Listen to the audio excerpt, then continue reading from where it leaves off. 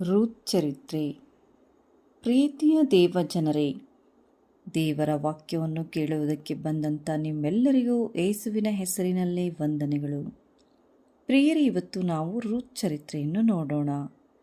ಹಾಗೆ ನೀವು ಇದೇ ಮೊದಲು ಸಾರಿ ಈ ವಿಡಿಯೋವನ್ನು ನೋಡುವುದಾದರೆ ಸಬ್ಸ್ಕ್ರೈಬ್ ಮಾಡುವುದನ್ನು ಮರೆಯಬೇಡಿ. ಮುಂದೆ ನೋಡುತ್ತೇವೆ, ನವೋಮಿ ಸೊಸೆ ರೂತಳು ಹೇಗೆ ಸರ್ವೇಶ್ವರ ಸ್ವಾಮಿಯ ಅನುಗ್ರಹವನ್ನು ಪಡೆದು ಆಶೀರ್ವಾದವನ್ನು ಹೊಂದುತ್ತಾಳೆ ಎಂದು ನೋಡೋಣ. ಪ್ರಿಯರೇ, ಇಸ್ರೇಲ್ ನಾಡಿನಲ್ಲಿ ನ್ಯಾಯಸ್ಥಾಪಕರು ಆಳುತ್ತಿದ್ದಾಗ ಒಮ್ಮೆ ಕಠಿಣವಾದ ಬರಗಾಲವು ತಲೆದೂರಿತು. ಈ ಕಾರಣ ಜುದೈ ಪ್ರಾಂತ್ಯದ ಬೆತ್ಲೆಹೆಮ್ ಎಂಬ ಊರಿನವನೊಬ್ಬನು ತನ್ನ ಪತ್ನಿ ಮತ್ತು ಪುತ್ರರಿಬ್ಬರನ್ನು ಕರೆದುಕೊಂಡು ಮೊವಾಬ್ ಎಂಬ ನಾಡಿಗೆ ವಲಸೆ ಹೋದನು. ಅವನ ಹೆಸರು ಎಲಿಮೆಲ್ಕ್, ಅವನ ಪತ್ನಿಯ ಹೆಸರು ನವೋಮಿ. ಮೆಹೋನ್ ಮತ್ತು ಕಿಲ್ವೋನ್ ಅವರ ಇಬ್ಬರು ಪುತ್ರರು. ಇವರು ಇಸ್ರಾಯೇಲ್ ವಂಶದ ಎಫ್ರತಾ ಕುಲಕ್ಕೆ ಸೇರಿದವರು, ಬೆತ್ಲೆಹೇಮಿನವರು. ಇವರು ಮೊವಾಬ್ ನಾಡಿನಲ್ಲಿ ವಾಸಿಸುತ್ತಿದ್ದರು. ಎಲಿಮೆಲ್ಕನು ಮರಣ ಹೊಂದಿದನು. ವಿಧವೆಯಾದ ನವೋಮಿ ಇಬ್ಬರೂ ಗಂಡು ಮಕ್ಕಳು ಅಲ್ಲೇ ಉಳಿದರು. ಹುಡುಗರು ಇಬ್ಬರು ಮೊವಾಬ್ ಹುಡುಗಿಯರನ್ನು ಮದುವೆಯಾದ. ಒಬ್ಬಳ ಹೆಸರು ಒರ್ಫಾ ಮತ್ತು ಇನ್ನೊಬ್ಬಳ ಹೆಸರು ರೂತ್. ಅವರು ಅಲ್ಲೇ 10 ವರ್ಷಗಳ ಕಾಲ ವಾಸ ಮಾಡಿದ ನಂತರ ಮೆಹಲೋನ್ ಮತ್ತು ಕಿಲ್ವೋನ್ ಸಹ ತೀರಿ ಹೋದರು. ಹೀಗೆ ನವೋಮಿ ತನ್ನ ಪತ್ನಿಯನ್ನು ಇಬ್ಬರು ಪುತ್ರರನ್ನು ಕಳೆದುಕೊಂಡು ಒಬ್ಬಂಟಿಗಳಾದಳು. ಸರ್ವೇಶ್ವರ ಸ್ವಾಮಿ ಅನುಗ್ರಹದಿಂದ ತನ್ನ ನಾಡಿನಲ್ಲಿ ಒಳ್ಳೆಯ ಮಳೆ ಬೆಳೆಗಳಾಗಿವೆ ಎಂಬ ಸಮಾಚಾರ ಮೊವಾಬ್ ನಾಡಿನಲ್ಲಿದ್ದ ನವೋಮಿಗೆ ತಿಳಿದು ಬಂದಿತು. ಸರ್ವೇಶ್ವರ ಸ್ವಾಮಿ ನಿಮಗೂ ಹಾಗೆಯೇ ಒಳಿತನ್ನು ಮಾಡಲಿ, ನೀವಿಬ್ಬರೂ ಪುನಃ ಮದುವೆಯಾಗಿ ಸುಖವಾಗಿರುವಂತೆ ಅನುಗ್ರಹಿಸಲಿ ಎಂದು ಹೇಳಿದಳು. ಅವರು ಇದನ್ನು ಕೇಳಿ ಇನ್ನೂ ಹೆಚ್ಚಾಗಿ ಹತ್ತರು. ಆನಂತರ ಒರ್ಫಾ ಅತ್ತೆಗೆ ಮುತ್ತಿಟ್ಟು ಮನೆಗೆ ಹಿಂದಿರುಗಿ ಹೋದಳು. ಅದಕ್ಕೆ ರೂತಳು, ನಿಮ್ಮನ್ನು ಬಿಟ್ಟು ಹೋಗುವಂತೆ ಒತ್ತಾಯಪಡಿಸಬೇಡಿ. ನೀವು ಎಲ್ಲಿಗೆ ಹೋದರೂ ನಾನು ಅಲ್ಲಿಗೆ ಬರುತ್ತೇನೆ. ನೀವು ಎಲ್ಲಿ ವಾಸಿಸಿದರೂ ನಾನು ಅಲ್ಲಿಯೇ ವಾಸಿಸುತ್ತೇನೆ. ನಿಮ್ಮ ಜನರೇ ನನ್ನ ಜನರು, ನಿಮ್ಮ ದೇವರೇ ನನ್ನ ದೇವರು. ನೀವು ಸಾಯುವಲ್ಲೇ ನಾನು ಸಾಯುವೆನು. ನಾನು ನಿಮ್ಮನ್ನು ಬಿಟ್ಟಿರಲಾರೆ. ಇಲ್ಲದಿದ್ದರೆ ಸರ್ವೇಶ್ವರ ನನಗೆ ತಕ್ಕ ದಂಡನೆಯನ್ನು ವಿಧಿಸಲಿ ಎಂದು ಬೇಡಿಕೊಂಡಳು. ಹಾಗೆಯೇ ಪ್ರಯಾಣವನ್ನು ಮುಂದುವರೆಸಿ ಅವರಿಬ್ಬರು ಬೆತ್ಲೆಹೇಮನ್ನು ತಲುಪಿದರು. ಅವರು ಊರಿಗೆ ಹಿಂದಿರುಗಿ ಬಂದ ಸಂಗತಿ ಜನರಲ್ಲಿ ಕುತೂಹಲ ಮೂಡಿತು. ಊರಿನ ಹೆಂಗಸರು ಈಕೆ ನವೋಮಿಯಲ್ಲವೇ ಎಂದು ವಿಚಾರಿಸತೊಡಗಿದರು. ಆಗ ಜವೆಗೋದಿಯ ಸುಗ್ಗಿ ಪ್ರಾರಂಭವಾಗಿತ್ತು. ನವೋಮಿಗೆ ಬೋವಜನೆಂಬ ಒಬ್ಬ ನೆಂಟನು ಇದ್ದನು. ಅವನು ಐಶ್ವರ್ಯವಂತ ಮತ್ತು ಒಬ್ಬ ಗಣ್ಯ ವ್ಯಕ್ತಿ. ರೂತಳು ನವೋಮಿಗೆ, ನಾನು ಹೊಲಗಳಿಗೆ ಹೋಗಿ ತೆನೆಗಳನ್ನು ಆಯ್ದುಕೊಂಡು ಬರಲೇ? ಇದಕ್ಕೆ ಯಾರಾದರೂ ನನಗೆ ನೆರವಾಗಬಹುದು ಎಂದು ಹೇಳಿದಳು. ನವೋಮಿ, ಹೋಗಿ ಬಾ ಮಗಳೇ ಎಂದು ಅಪ್ಪಣೆ ಕೊಟ್ಟಳು. ರೂತಳು ಕೊಯ್ಯುವವರ ಹಿಂದೆ ಹೋಗುತ್ತಾ ಅಲ್ಲಲ್ಲಿ ಬಿದ್ದ ತೆನೆಗಳನ್ನು ಆಯ್ದುಕೊಳ್ಳುತ್ತಿದ್ದಳು. ದೇವರ ದಯೆಯಿಂದ ಅದು ನೆಂಟನಾದ ಬೋವಜನದ ಹೊಲವಾಗಿತ್ತು. ಬೋವಜನು ತನ್ನ ಸೇವಕನನ್ನು ಕರೆದು, ಇವಳು ಯಾವ ಮನೆಯ ಹೆಣ್ಣು ಮಗಳು ಎಂದು ಕೇಳಿದನು. ಅದಕ್ಕೆ ಆ ಸೇವಕ, ಇವಳು ಮೊವಾಬ್ ದೇಶದವಳು, ನವೋಮಿ ಸಂಗಡ ಜೊತೆ ಬಂದವಳು. ಅದಕ್ಕೆ ಬೋವಜನು ರೂತಳಿಗೆ, ನೋಡಮ್ಮ, ಈ ಹೊಲವನ್ನು ಬಿಟ್ಟು ಮತ್ತೆ ಎಲ್ಲಿಯೂ ತೆನೆಯನ್ನು ಆಯ್ದುಕೊಳ್ಳಲು ಹೋಗಬೇಕಾಗಿಲ್ಲ. ನನ್ನ ಹೆಣ್ಣಾಳುಗಳ ಜೊತೆಯಲ್ಲಿ ಇದ್ದು ಅವರು ಎಲ್ಲಿ ಪೈರು ಕೊಯ್ಯುತ್ತಾರೋ ಅವರ ಹಿಂದೆ ಹೋಗಿ ತೆನೆಗಳನ್ನು ಹಾರಿಸಿಕೊ ಎಂದು ಹೇಳಿದನು. ಆಗ ರೂತಳು ಅವನಿಗೆ ಸಾಷ್ಟಾಂಗವಾಗಿರಗಿ ನಮಸ್ಕರಿಸಿ, ಒಡೆಯ, ನನ್ನ ಮೇಲೆ ಏಕೆ ಇಷ್ಟು ಕನಿಕರ?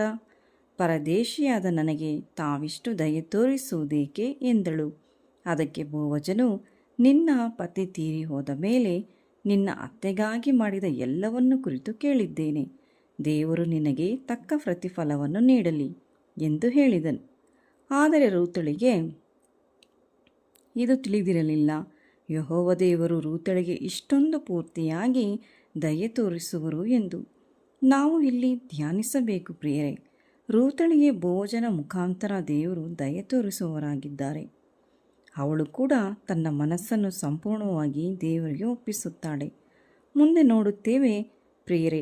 ಆಗ ಊಟದ ಸಮಯದಲ್ಲಿ ಬೋವಜನು ರೂತಳನ್ನು ಕರೆದು, ರೊಟ್ಟಿಯನ್ನು ತೆಗೆದುಕೊಂಡು ದ್ರಾಕ್ಷಾರಸದಲ್ಲಿ ಅದ್ದಿ ತಿನ್ನು ಎಂದು ಮತ್ತೆ ಆಕೆಗೆ ಸುಟ್ಟ ತೆನೆಗಳನ್ನು ಕೊಟ್ಟನು. ಆತಳು ತೃಪ್ತಿಯಾಗಿ ಊಟ ಮಾಡಿ ಪುನಃ ತೆನೆ ಆರಿಸಲು ಹೋದಳು. ಬೋವಜನು ತನ್ನ ಆಳುಗಳಿಗೆ ಸಿವುಡುಗಳನ್ನು ಮಧ್ಯದಲ್ಲಿ ಅವಳು ತೆನೆಗಳನ್ನು ಹಾರಿಸಿಕೊಳ್ಳಲಿ ಅಡ್ಡಿ ಮಾಡಬೇಡಿ ಮತ್ತು ಅವಳನ್ನು ಗದರಿಸಬೇಡಿ. ನೀವು ಕೊಯ್ಯುವ ಕೆಲವು ತೆನೆಗಳನ್ನು ಕಟ್ಟುಗಳಿಂದ ನೀವು ಕಿತ್ತು ಕೆಳಗೆ ಹಾಕಿರಿ, ಅವಳು ಆಯ್ದುಕೊಳ್ಳಲಿ ಎಂದು ಅಪ್ಪಣೆ ಕೊಟ್ಟನು.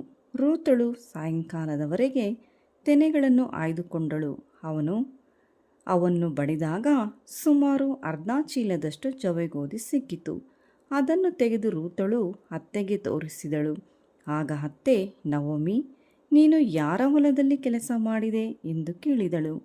ಅವನಿಗೆ ಶುಭವಾಗಲಿ ಎಂದಳು. ರೂತಳು ಅದಕ್ಕೆ, ನಾನು ಕೆಲಸ ಮಾಡಿದ ಹೊಲ ಬೋವಜನದು ಎಂದು ಹೇಳಿದಳು. ಅದಕ್ಕೆ ನವೋಮಿ, ಅವರು ನಮ್ಮ ಸಂಬಂಧಿಕರು ಎಂದು ಹೇಳಿದಳು. ಅದಕ್ಕೆ, ಪ್ರಿಯರೇ, ನಾವು ಯಾವಾಗಲೂ ದೇವರ ಮಾರ್ಗದಲ್ಲಿಯೇ ನಡೆಯಬೇಕು. ಅದನ್ನು ಬಿಟ್ಟು ಈ ಕಡೆ ಆ ಕಡೆ ಹೋಗಬಾರದು. ಕೊನೆಯ ತನಕ ದೇವರಲ್ಲಿಯೇ ನಂಬಿಕೆಯಿಂದ ಇರಬೇಕು. ಆಗ ಪ್ರಭು ದೇವರು ನಮ್ಮನ್ನು ಯಾವಾಗಲೂ ಆಶೀರ್ವದಿಸುತ್ತಾರೆ. ಮುಂದೆ ನೋಡುತ್ತೇವೆ. ಆಗ ನವೋಮಿ ರೂತಳಿಗೆ, ಮಗಳೇ, ನೀನು ಮತ್ತೆ ಗೃಹಿಣಿಯಾಗಿ ಸುಖದಿಂದ ಬಾಳುವಂತೆ ಏರ್ಪಾಡು ಮಾಡುತ್ತೇನೆ ಎಂದು ಹೇಳಿದಳು.